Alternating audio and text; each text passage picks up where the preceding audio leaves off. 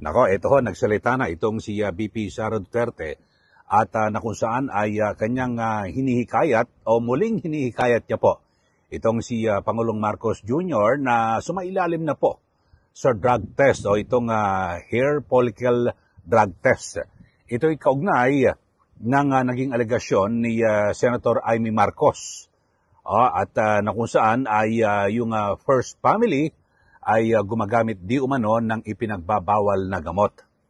So binigyan din po ni VP Sara na ang karapatan po ng lahat po ng mga Pilipino na malaman kung ang presidente ay ang sinasabi nga ay physically and psychologically capable para pamunuan ang bansa bilang Pangulo.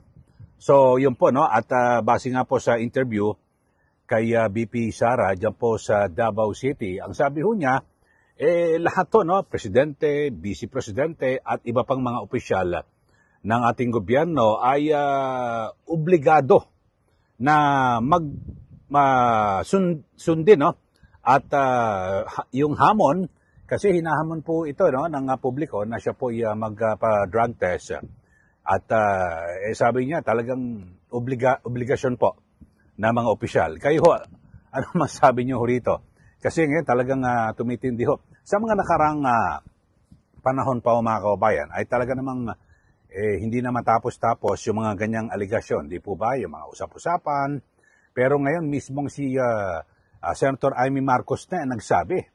So kung kaya talagang ito po ay pwedeng mabigat din sigurong basihan para sumailalim sa drug test ang Pangulo. Panoorin niyo po itong interview, pahayag ni VP Sara Duterte na interview siya sa Davao at na kung saan ay siya po ay naghihikayat na po sa Pangulo na sundin yung hamon sa kanya na sa ilalim sa medical test o drug test. Ito, panoorin niyo po si VP Sara Duterte. Kapag president ka or vice president ka or any government official for that matter, hindi ka pwedeng humindi kapag sinasabihan ka na magpa-drug test ka, magpa-neuropsychiatric exam ka, or any other exam na mag-relate sa competency mo to lead. So, dapat kapag merong challenge na ganyan, ay isubmit mo kaagad yung sarili mo for drug test. Naniniwala ka ba na gumagamit talaga yung first family?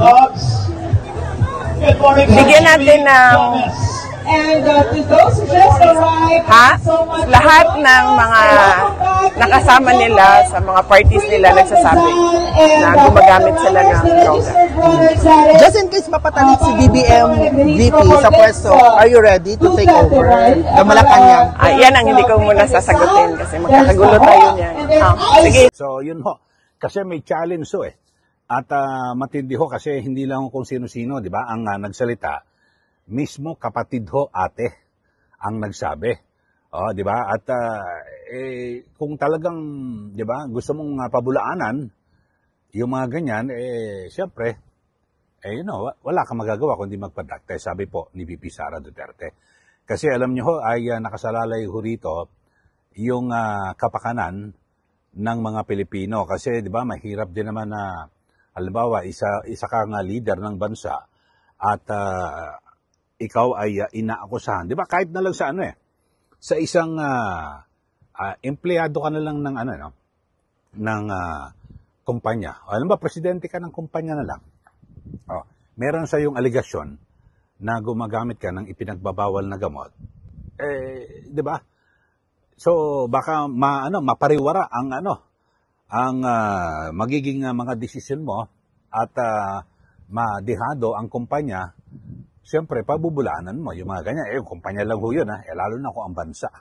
Di ba, sa bawat desisyon mo, mahigit sa 100 milyong mga Pilipino ang pwedeng maapektuhan. So, yun ho. Kayo ho, sa ating mga kababayan, ano po masasabi niyo ho rito?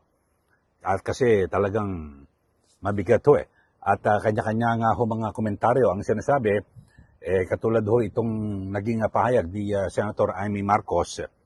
Ang katulad sabi ho ni Senator Ping Lacson, Kasi raw, parang hindi raw Pilipino, no? Maka-Pilipino itong si Amy Marcos dahil sa kapag mag-aaway man daw yung mga magkakapatid, nalilimit daw yung usapan sa loob po ng bahay, hindi na raw po nakakalabas. At yun ho, pero sa akin tingin ho mga kababayan, ay siguro kapag kamag-anak mo ang nagsabi, ito yung patas lang ho ito na pananaw at komentaryo. Sa aking pananaw ho halimbawa, kung ang iyong pagsasalita, katulad ng ginawa ho ni Senator Amy Marcos na pagsasalita, laban po sa interes ng kanyang pamilya, pero ito po ay para protektahan naman yung interes ng bansa o ng mga Pilipino, tingin ko ito, patriotic ho ito. At very pro-Filipino para po sa aking pananaw. Yun lang ho, di ba? Ibig sabihin, talagang parang isinakripisyo mo yung interest ng iyong pamilya kaysa itago mo. At kasi, ang sabi nga ni Senator Amy Marcos, naku, baka yung mga desisyon ng aking kapatid, maapektuhan yung bansa. So, mas maganda, ibunyag na ho yan, di ba? So, kayo po, anong pananaw nyo ho rito, mga kababayan? So, dapat ho ba? Talagang obligado na hubang magpa sa ilalim sa pagsusuri. Ito pong si BP Sara o si Pangulong Marcos Jr. ayon po sa panawagan mismo ni BP Sara Duterte. So, magbigay na po kayo ng comment at para sa inyong mga komentaryo. Kasi sa aking pananaw, sa mga nakaraan, haka-haka, kuro-kuro, pwede ho siguro na wala namang ebidensya. Pero ngayon may nagsasabi na ho, para blangkahin. At yung mga nagsasalita na, nako, gumagamit yan ng pinagbabawal na gamot. Kapag nag-negative, isampal mo sa lahat ho ng mga nagsasabi na, ito, negative ako, hindi totoo yan. So, tapos na. Tatahimik na po. Diba? Yung issue yan. At meron ho isang ekonomista ang nagsabi na napaka-importante rin ho na talagang magpasailalim sa pagsusuri.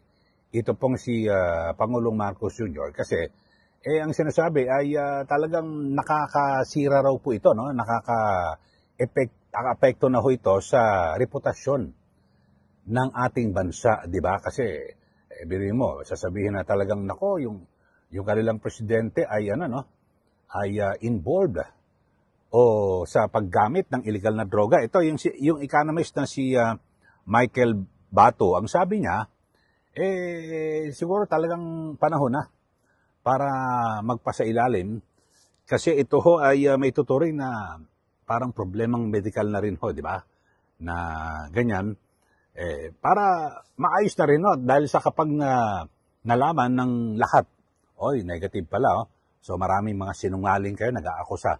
Maging ang mga, yung sa international community, huhupa na po ang mga pahayag ukol dyan at mawala na rin yung issue yan.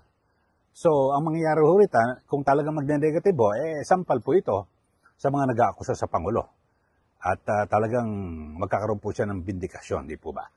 Okay, so panoorin ho natin itong binabanggit na isa pong ekonomista na si Michael Bato, kaugnay ng kanyang pahayag na dapat daw ho talagang sumailalim na po sa drug test itong ating Pangulo. Panoorin po natin itong si Ginoong Michael Bato. Okay.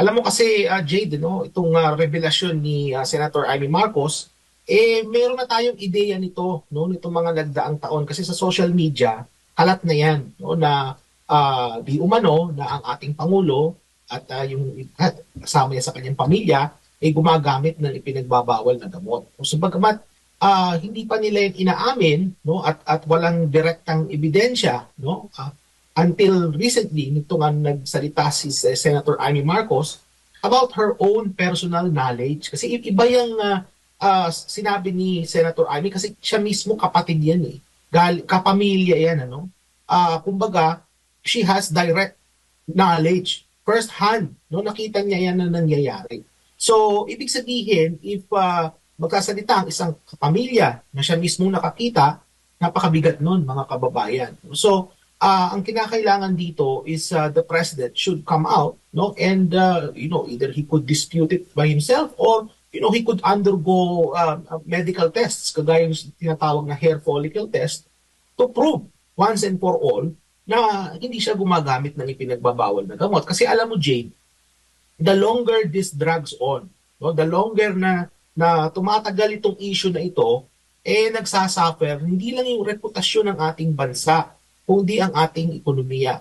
Alam niyo mga kababayan, sa international news, international media, nakarating na ito, binabalita na ito na di umano ang ating Pangulo ay gumagamit ng ipinagbabawal na gamot, yung mga protesta na nangyayari dyan sa bansa, na naaapektuhan na ang reputasyon ng ating bansa, at syempre naaapektuhan din ito ang pananaw ng mga foreign investors in terms of kung mag-i-invest pa sila sa Pilipinas, mga kababayan. So, talagang merong real effects ito, Jade, at talagang ang kinakailangan dito ng ating Pangulo kung talaga bang siya talaga for transparency and accountability, kasi yun yung pinalalabas nila na si Pangulong Marcos Jr. siya nagsiwalat, halimbawa nitong mga investigasyon, siya nagpasimula niyan, siya nagbukas niyan nung nagsimula siya dun sa kanyang SONA, yung sinabi niyan, mahiya naman kayo, no? So kung talagang gusto niyang mahiya naman, yung mga nagnanakaw sa gobyerno, he should lead by example and tell the public na hindi ako gumagamit ng ipinagbabawal na gamot. Ito ang preba, ito ang hair follicle test para magpapatunay na totoo yung aking sinasabi. At hindi lang siya ang dapat mag-hair follicle test, kundi din yung kanyang mga kapamilya, no? Kasi may mga nagsasabi na pati yung mga personalities immediate sa kanya, gumagamit din ng ipinagbabawal na gamot. So I think that family has to come clean. No, kung talagang mahal nilang bayan, no, dapat yan ang ginagawa nila. Opo. Maglabas sila ng hair follicle test. Doc, Yan po, ang pahayag ng isa po sa mga ekonomista, dahil sa importante raw ito na talagang